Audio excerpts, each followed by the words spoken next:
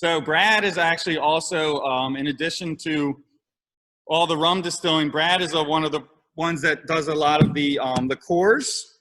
So we've had a few liqueurs Brad's done. This is Brad Hannaford. Hey, how are you? Sorry, the lighting's a little bad there.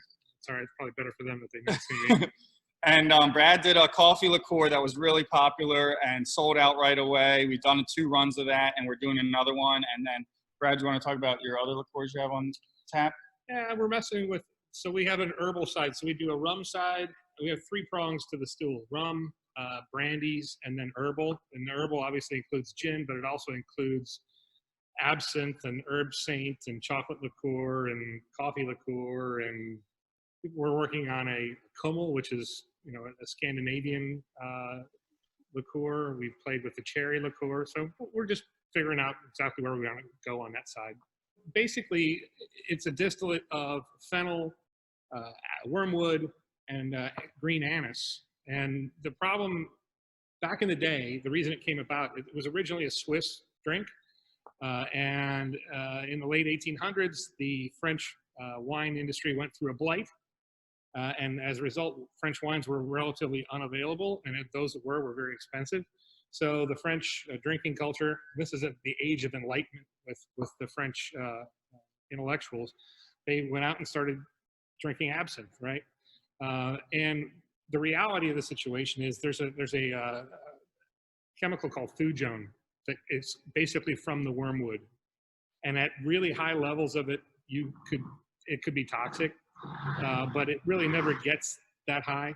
But what happened is that the French were drinking a lot of absinthe, and then the grapevines came back in, and the French wine industry wanted to basically get people to come back to the wine area of France. And so as a result, they started bad-mouthing absinthe.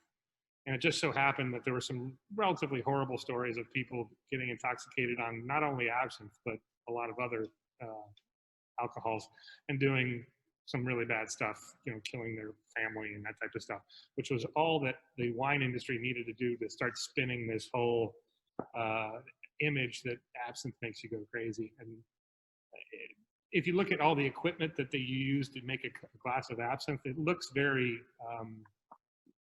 almost drug den-ish is a bad way of saying it, but it looks very like it's a routine, right? And it was an easy story to try and get people to believe that. And as a result, many governments started banning it left and right. And it took, you know, about 100 years to come back here in the US, although there's an argument that it was never technically outlawed.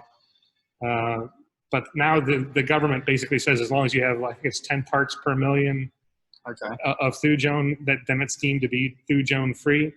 But in all honesty, any of the old recipes that they've gone back and analyzed, they all meet the current standard. So it's not that big of a deal. But so here, so in my day job, I'm a geeky lawyer.